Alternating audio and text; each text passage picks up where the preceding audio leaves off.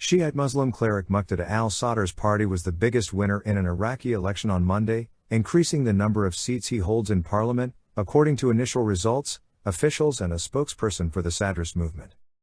Former Prime Minister Nouri al-Maliki looked set to have the next largest win among Shiite parties, initial results showed. Sunday's election was held several months early, in response to mass protests in 2019 that toppled a government and showed widespread anger against political leaders whom many Iraqis say have enriched themselves at the expense of the country. But a record-low turnout suggested that a vote billed as a chance to wrest control from the ruling elite would do little to dislodge sectarian religious parties in power since 2003. A count based on initial results from several provinces plus the capital Baghdad, verified by local government officials, suggested Sadr had won more than 70 seats, which if confirmed could give him considerable influence in forming a government. However, Sadr's group is just one of several that will have to enter negotiations to form a coalition capable of dominating parliament and forming an administration, a period of jockeying for position that may take weeks or longer. Sadr broadcast a live speech on state TV claiming victory and promising a nationalist government free of foreign interference. Sadr has increased his power over the Iraqi state since coming first in the 2018 election where his coalition won 54 seats. He opposes all foreign interference in Iraq, whether by the United States, against which he fought an insurgency after 2003, or by neighboring Iran, which he has criticized for its close involvement in Iraqi politics. Sadr, however, is regularly in Iran, according to officials close to him, and has called for the withdrawal of United States troops from Iraq, where Washington maintains a force of around 2,500 in a continuing fight against Islamic State. The initial results also showed that pro-reform candidates who emerged from the 2019 protests had gained several seats in the 329-member parliament.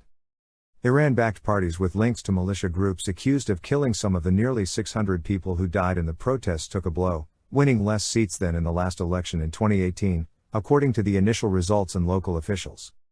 Kurdish parties won 61 seats, the results showed, including 32 for the Kurdistan Democratic Party which dominates the government of the autonomous Kurdish region of Iraq, and 15 for its rival the Patriotic Union of Kurdistan Party. Sunni Parliament Speaker Mohammed al-Halbasi's Taqadum coalition won 38 seats, Iraq State News Agency reported, making it the second largest in parliament. Maliki's State of Law coalition came third overall with 37. Elections in Iraq since 2003 have been followed by protracted negotiations that can last months and serve to distribute government posts among the dominant parties. The result on Monday is not expected to dramatically alter the balance of power in Iraq or in the wider region. Sunday's vote was held under a new law billed by Prime Minister Mustafa al-Kadhimi as a way to loosen the grip of established political parties and pave the way for independent, pro-reform candidates. Voting districts were made smaller, and the practice of awarding seats to lists of candidates sponsored by parties was abandoned.